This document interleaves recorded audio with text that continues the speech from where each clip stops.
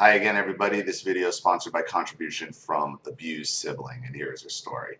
Dear Ollie, you can call me Abused Sibling for this story. After watching many of your videos and reading the comments from followers, it occurred to me that my older sister, who had a pathological and irrational envy of me, like one of the seven deadly sins, was probably a narcissist, if not a sociopath. It was all brought back to me when I heard the stories of your contributors about their evil siblings. I was born one day before my sister's 5th birthday. We'll call her Mimi.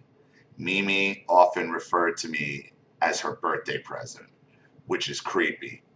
When we were growing up, we never shared a bedroom. We weren't in the same peer group or attended schools together, and we never competed for boyfriends or social status, unlike my two sisters who were 1 year older and 1 year younger than she. Mimi was very close to them, and they became her flying monkeys years later. I admired and wanted to be like her. She was good at things I wasn't. She was good at things I wasn't, and she always seemed so confident. I trotted around after her when I was 10, 11, when she was in high school, and played cards with her and her boyfriend when she came home from college. I hung around the pool where she was a lifeguard, and I was always helpful, agreeable, and nice to her. I cannot to this day conceive of a single thing I ever did to her to deserve her wrath, cruelty, abuse, and slander later on. The only thing I ever said that was critical of her and later ate my words was when her and I went to a St. Patrick's Day parade together, and I criticized Mimi for getting married and pregnant so young when she only had just finished college and had a nice career ahead of her. That seemed crazy to me.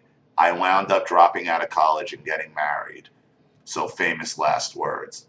But even that didn't merit the kind of decades-long vendetta she carried out against me. Her misguided anger toward me was perhaps the result of her warped idea that I was the favored child of my mother, which I definitely was not, and the fact that Mimi always struggled with her weight and I was naturally thin. I don't know, and she's never been to therapy. Instead, she became a born-again Christian, which she used to justify her commendation of my lifestyle later. Mimi was a good student, a born leader, and later became principal of an elementary school. She enjoyed bossing everyone around, especially her husband, my mother, and anyone who was weaker than she. Mimi was like Dr. Laura. She never failed to tell anyone how to live their lives, but she was a total hypocrite. She was an expert liar. She could look you right in the eye, not even flinch, and tell the most outrageous lies imaginable. It was startling. It was startling the witness. When I got pregnant in college and got married, Mimi didn't come to the wedding. My mother was pretty upset that I got pregnant and had to drop out. Mom had a lot of high hopes for me and did give a lot of privileges like music lessons, art classes, and a European semester in college, and went to bat for me when my dad disagreed with her. Mimi blamed me for my mom's depression. When I was at my mom's to pick up some baby equipment my other sister was giving me, Mimi slammed the hatchback door on me as I was loading the car. Keep in mind I was 5 months pregnant at the time. My reaction was to slug her as hard as I could, knocking her glasses off and running into the house, locking myself in the bathroom. My other sister freaked out and kicked Mimi out of the house. After her come to Jesus experience, Mimi insisted I visit her during the holidays, where she tearfully apologized for her behavior. She offered to take my child as a baby so that I could get out of my shotgun marriage and go back to college. I turned her down. I lived 250 miles away from her and the rest of the family for 5 years. I got divorced, finished college, and was applying to law school. My mother talked me out of law school and offered me a job to work for the family business. Mimi's husband was working there along with my dad, mom, and older brother. She was jealous I got a job there because I made twice the money she was making as a school teacher at the time. Whenever I would see her, which wasn't that often, she would try to convince me to quit that job. I worked there almost 10 years until I got in trouble with alcohol and decided to get sober and take a sabbatical from my high-pressure sales jobs with the family business and start a new life. Mimi to the rescue. After discussing the living arrangements of my two daughters, who were in middle school, the family decided that Mimi should take temporary guardianship and enroll my kids in her holy roller school. I had to be away. I only had to be away for 90 days, and I wasn't on Mars. I went to a place about 50 miles away. It was entirely voluntary. I had my car, the ability to leave whenever I wanted, and planned to return home in 90 days. Mimi never brought my kids to visit me. She only came once by herself to pressure me to sell the house as my parents were paying the mortgage and utilities since I had been there. That wasn't even necessary because I had enough money in the bank to pay it. When I refused, Mimi found a friend who was a realtor and signed a sales agreement for my house. She told the realtor she had power of attorney, which was a lie.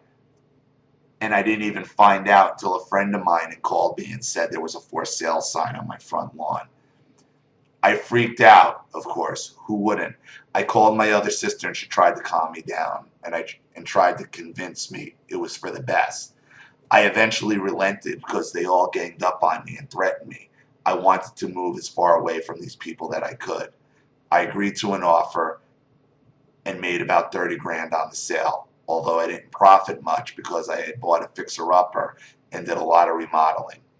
When my house was sold, I was homeless. My kids were still living with Mimi, and they were treated like second-class citizens and alienated from me, the expert liar and convincer Mimi. Naturally, Mimi jerked me around whenever I wanted to see my girls. She would intentionally be gone with them when I drove out to visit. She wouldn't let them call me. She banned me from visiting their school events and intramural sports matches. She never sent me pictures or letters from them. This went on for 2 years. You actually signed guardianship over to her for 90 days? Like, if you're only going to be gone for 90 days, I don't understand why you sign. I mean, I understand, but Mimi came to one counseling session and lied so easily and blatantly I almost lunged across the room to strangle her.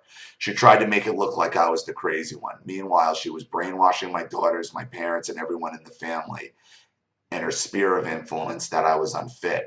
When I found out many years later the kind of things she said to them about me and how her husband was aroused around them and did inappropriate things short of total molestation, it made it so much worse. It was bad enough that she vilified me for as long as she could, but for her to mistreat my kids as a proxy, criminal. I took her to court to terminate the guardianship after I had secured a really good job, a nice house to rent, and almost 2 years of sobriety. She rallied all her flying monkeys, my ex-husband, his sister, my younger sister, who had just moved back to town, her fellow teachers at the school, the youth pastor, and anybody with a pulse she could convince. They ambushed me in court. My parents and the majority of my siblings did not get involved, to their credit. Well, why weren't they involved? No, not to their credit. They should have been involved on your side, not to their credit. I lost my case and decided not to appeal or pursue it. Within a couple months, my ex-husband filed for custody since he was convinced by Mimi to move up to her town from where he was 200 miles away and take the girls off her hands. He was paying her a small fortune in child support off the books, at least twice of what he had been paying me in the past decade. I was finished fighting with everyone. I agreed to his request, and in the meantime had a boyfriend over 2 years who was very supportive. I got pregnant kind of by accident and decided to have the baby and start over. I didn't even tell my family. When Mimi and my ex and my daughters found out I was pregnant, their reaction was to be scandalized. Hilarious. However, a few months after my ex got custody of 2 teenage girls whom he had spent maybe 16 days a year prior, he was overwhelmed. My younger daughter started calling me every night in tears. She hated living with Mimi, but she hated living with her dad. She hated even more living with her dad. She accused him of getting his parenting instructions from a Cracker Jack box. My ex called. My ex called frantically begging me to start visiting the girls. I made that 100-mile round trip for 9 months until I found a rental house 2 blocks from where they lived. When I moved in, my younger daughter planted herself on my couch and refused to go home to her dad's. My older daughter liked her dad's house and the car and let her. My older daughter liked her dad's house and the car he let her drive. She also visited all the time, but stayed with him. So you know what I would have done when he called? I would have said, I ain't doing fucking jack shit for you until you come out in public and say you lied. Say you lied to get custody. And I know your daughter, but your daughter should have stood up in court at that age. At that age, at 16, they could have said something and they didn't. I understand they're kids, but they're a little bit older. I wouldn't have went running. I'm like, I'm this horrible fucking person. Why do you want me around? Now you're calling me for help after you stood up in court? Fuck you. No, you're going to admit everything you said was a lie. And then you're going to write a letter to the court and say that you lied to the judge. Say, I lied. That's what I would have done. My daughters still have traces of Stockholm Syndrome 20 years late, after 20 years. They eventually realized what the truth was, but they had bonded with their cousins, Mimi's daughters, and refused to go no contact with them. I have, however, went no contact for life. Except for family obligations like wedding and funerals, I never speak to Mimi or my other sister, who went to court against me. My parents and I went several years without communicating too. Mimi told everyone I had borderline personality disorder, the symptoms of which I have exactly none. Sure, I had a stormy relationship with my family, but that's because they were control freaks or flying monkeys for Mimi. Sure, I had made impulsive decisions, but I got sober and got my life together and never relapsed. It's been over 20 years. When one of my daughters was still using Mimi's address for her driver's license, she went ballistic. She called DMV and reported a fraud. When she promised my other daughter furniture for her apartment, she reneged at the last minute, and I had to go out and buy my daughter furniture en route to her college apartment. Mimi was like Lucy with the football. She promised something, you'd believe her, then she'd pull it away the last second.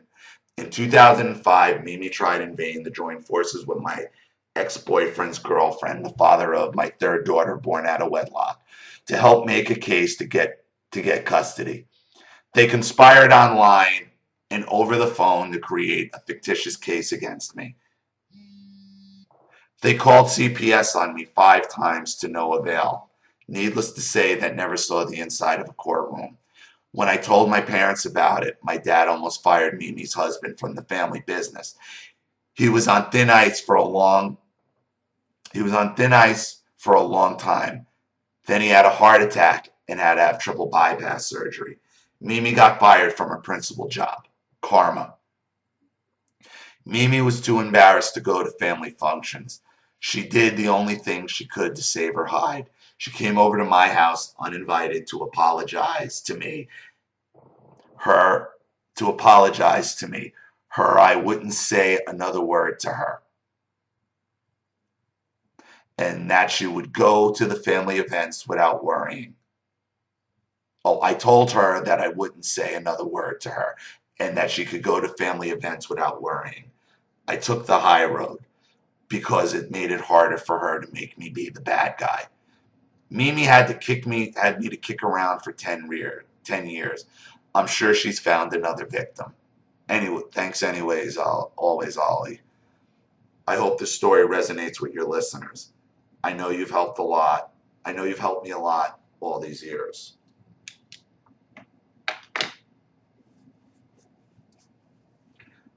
You know, I the only thing I question is why you're still dealing with this family at all. They almost fired him. They should have fired him. Why didn't your parents show up in court? Now, you said you were out of communication with him for a while. That's probably why. Did they apologize? Oh, great. Mimi apologized. Yeah. Yeah. When she ran out of options. Have your daughters confronted Mimi about her behavior? Or do they just complain about it? Why do your daughter... Fine, they want to have a relationship with the cousins. What does that have to do with this bitch? Nothing. Nothing. You see, the whole family should ostracize Mimi. But they don't. But they don't. 90 days in alcohol, and it turned into 2 years. And she's accused... I find it funny that she's accusing you of BPD when she keeps your kids for 2 years. Not trying, she's just made the final determination you can never have your children again. And then pawns them off, and then your ex-husband's like comes crying to you. Are you serious? I'm like, I would be like, you are going to publicly admit you lied about everything. About everything. And you're going to turn over custody, to give custody back to me. That's what I would have done. I wouldn't have driven 100 miles. Fuck him. Let him suffer. Let him suffer. Should have let him suffer, and unfortunately, you should have let your daughter suffer a little more. Because maybe they would have spoken out in court and said, you know what, I can't live. This is bullshit. I want my mom. You should not have relocated and redone your life after they did all that. That was a mistake. I would have been like, I ain't doing jack shit. You want to bring my daughters back to me? That's fine. And you want to admit what you've done publicly? That's fine. Other than that, fuck them. Unless the narcissist admits publicly what they've done, apologies are meaningless. Because the apology you got from Mimi was a loan, wasn't it? No public acknowledgement, nothing. Nothing. The only time they acknowledge anything is when they're trying to victimize themselves for being borderline or narcissistic. They never want to publicize what they've actually done or apologize for it publicly. So we sit and spin. So thank you for your contribution. Thank you for your story. I really appreciate it. Thank you to everybody watching. Please leave any opinions or advice in the comment section below. And again, if you want your story read on the channel, you have a topic you'd like me to cover, a narcissist you'd like to expose, you know what to do with the PayPal and the email links in the description box. I'll have the video right back to you. This is Ali Matthews. Thanks for watching. See you all again soon.